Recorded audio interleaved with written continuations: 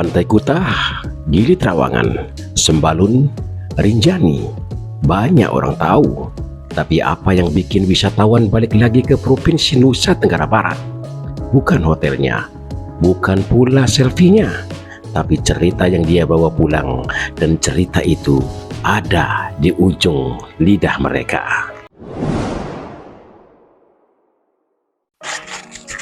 Selama ini kita kejar target wisatawan, bangun resort, perpanjang landasan bandara, menambah rute penerbangan. Tapi ada yang lupa kita upgrade, manusianya. Paradigma lama bilang pariwisata itu cuma yang sibuk memegang payung dan antar jemput tamu. Padahal Nusa Tenggara Barat butuh lebih dari itu. Jawabannya hanya satu, pramuwisata berkualitas. Bukan cuma jago bahasa Inggris, tapi punya 3 kunci, yaitu wawasan, pelayanan, dan etika. Saya sudah menjalankan profesi ini bertahun-tahun, namun di sisi yang lainnya saya juga perlu untuk memiliki lisensi secara profesional. Sehingga dengan diadakannya diklat ini sangat bermanfaat bagi saya secara pribadi maupun secara profesional. Ya, jadi saya merasa perlu untuk memiliki lisensi secara profesional agar bisa mengembangkan kemampuan secara pribadi dan juga bekerja lebih profesional. Ya, selamat pagi. Pada pagi hari ini kami menyelenggarakan sebuah kegiatan yang sangat berarti bagi para pemandu wisata di Nusa Tenggara Barat, khususnya di Lombok yang kebetulan pesertanya banyak yang berdomisili di Pulau Lombok. Dan nanti juga akan ada nanti beberapa pendidikan yang kita selenggarakan di Pulau Sumbawa, sehingga kita mencoba untuk meningkatkan sumber daya manusia khususnya tentang pemandu wisata. Ya, pemandu wisata adalah salah satu tugas mereka adalah sebagai duta bangsa. Ya, duta bangsa ini artinya beliau nanti yang akan jadi pemandu ini adalah yang mewakilkan kita kepada para tamu, pada wisatawan, kepada para pengunjung untuk menceritakan atau memberikan informasi-informasi tentang indahnya negara kita, bagusnya tentang adat istiadat, dan luar biasanya masyarakat kita yang dalam kehidupannya sehari-hari di negara yang sangat kita cinta ini. Nah, untuk itu peningkatan sumber daya manusia ini adalah saya katakan wajib, karena bagaimanapun juga mereka adalah wakil kita yang mewakili kita kepada para wisatawan untuk menyampaikan hal-hal yang terbaik, terindah, terbagus dari negara ini. Nah, pada kesempatan ini diikuti oleh sekitar 37 orang, dan alhamdulillah dari berbagai spesialisasi bahasa. Saya lihat tadi ada yang Belanda, ada yang Inggris, ada yang Jerman, dan ada juga yang Spanyol. Ya, mudah-mudahan nanti ke depan kita masih merekrut lagi spesialisasi bahasa dari beberapa seperti bahasa Cina, bahasa Rusia, kemudian bahasa Korea atau bahasa Jepang juga kita masih butuhkan. Nah, untuk itu kepada masyarakat, adik-adik saya yang masih muda, yang ingin mencapai cita-citanya sebagai pekerja pariwisata khususnya di kepemanduan ini, kami menerima Anda nanti untuk mengikuti diklat berikutnya dalam rangka kita akan meningkatkan tentu kemampuan Anda, knowledge Anda atau pengetahuan Anda, dan juga attitude bagaimana menjadi seorang pariwisata yang profesional. Harapan kita tentu dengan keberadaan pemandu ini akan meningkatkan meningkatkan kualitas kepariwisataan kita di Indonesia, khususnya di Nusa Tenggara Barat ini.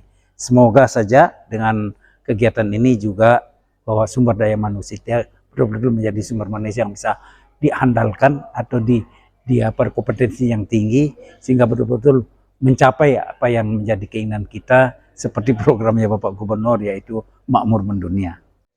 Jumlah pramuwisata di NTB ini berjumlah ada sekitar 700-an yang kami sudah mendapatkan data-datanya dari DPD HPI Nusa Tenggara Barat, dan tentunya mereka sudah melaksanakan PBK atau pendidikan berbasis kompetensi yang dilaksanakan baik itu nanti dari Dinas Pariwisata Kabupaten Kota maupun di provinsi maupun kemandirian. Jadi memang untuk kita mendapatkan pendidikan itu tidak melulu melalui dari pemerintah, tetapi memang ada dari kemandirian juga, yang tentunya nanti tugas kami pemerintah dan keseluruhan asosiasinya juga atau HPI itu untuk mensertifikasi. Jadi sertifikasi ini sangat penting dilaksanakan sesuai dengan peraturan pemerintah untuk mewajibkan setiap SDM pariwisata itu harus tersertifikasi untuk kelayakan mereka di dalam bekerja. Itu dari 700 tadi itu ada berapa yang sudah sertifikasi, apa semuanya sudah sertifikasi? Pada dasarnya dari 700 itu hampir 80% sebenarnya sudah sertifikasi. Itu dari program Kementerian Pariwisata dan Ekonomi Kreatif dulu. Tapi sekarang ini karena mulai dari ada macam kendala, karena sertifikasi itu dia memiliki masa periode. Jadi ini kan per 3 tahun, kalau tidak disambung tentunya tidak akan udah mati begitu. Jadi harus melaksanakan uji kompetensi lagi. Nah, dari 700 ini hampir sekarang yang masih hidup mungkin sertifikasinya hanya 10%. Nah, ini tugas kita bersama-sama untuk memikirkan bagaimana supaya nanti mereka dapat uji kompetensi untuk mendapatkan sertifikasi dari LSP-nya. Dari segi jumlah, kira-kira masih belum ideal nggak dengan kunjungan wisatawan? Kalau dari segi bahasa Inggris masih ideal dengan compare antara kunjungan dengan kunjungan wisatawan, maksud saya dengan jumlah SDM yang akan memandu, tetapi yang spesialis yang sangat kurang, spesialis bahasa terutamanya itu. Nah, sekarang ini kalau kita melihat dari data kunjungan kita, dataran Eropa yang paling banyak, dan rata-rata yang memiliki spesialis bahasa seperti Prancis, Jerman, Belanda, Italia itu sangat kurang. Saya ingin memberikan statement soal guide yang dilatih saat ini, yaitu Pramuwisata Muda dengan program mandiri. Ini luar biasa. Saya sangat mengapresiasi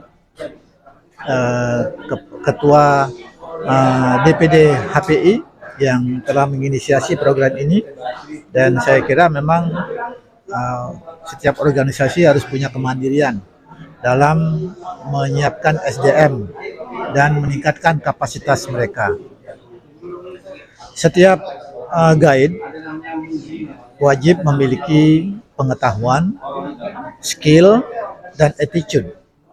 Lebih-lebih soal bahasa yang mereka dalami untuk menghandle tamu-tamu dari negara-negara di dunia. Jadi guide ini sangat dibutuhkan. Setidaknya setiap guide mampu menghandle tamu baik secara personal yang hadir, biasanya ada yang tamu pribadi atau sendiri, ada yang grup. Nah, untuk grup ini yang perlu diperhatikan. Jika lebih dari 10 dalam satu grup itu, seyogianya dihandle oleh guide yang lain. Jadi satu orang maksimal 10 orang menghandle, supaya tamu wisatawan bisa mendapatkan perhatian maksimal, karena mereka pasti menginginkan sesuatu informasi yang sebaik-baiknya dari para guide. Ingat, tugas guide itu adalah membangun citra terhadap objek destinasi yang mereka kunjungi. Jangan sampai justru melalui guide akan memperburuk citra. Nah, ini perlu diperhatikan supaya guide-guide itu ikut serta membangun citra pariwisata NTB, sehingga mereka merasa puas dan kembali lagi berkunjung ke NTB. Ini yang kita harapkan. Ini sangat bergantung kepada guide. Guide memegang peran penting. Oleh karena itu, user, pemakai, supaya juga memberikan fee yang cocok lah, yang pas lah, supaya mereka merasa nyaman bekerja dengan maksimal. Itu harapan saya. Nah, sebagai asosiasi atau lembaga yang menaungi bidang pengembangan SDM, tentu ini juga menjadi perhatian kami. Asosiasi telah melaksanakan tugasnya dengan meningkatkan kapasitas SDM. Kami siap memberikan menjadi narasumber, karena kami memiliki dosen-dosen yang memiliki keahlian bidang itu. Terutama storytelling yang diperlukan di setiap objek itu pasti berbeda. Nah, karena itu ini juga perlu ada pembelajaran peningkatan kapasitas soal storytelling agar setiap guide memiliki pemahaman yang sama, sehingga mereka wisatawan memiliki mindset yang sama terhadap satu objek yang sama. Jangan sampai terjadi perbedaan persepsi hanya karena persoalan guide yang memberi informasi yang berbeda melalui storytellingnya.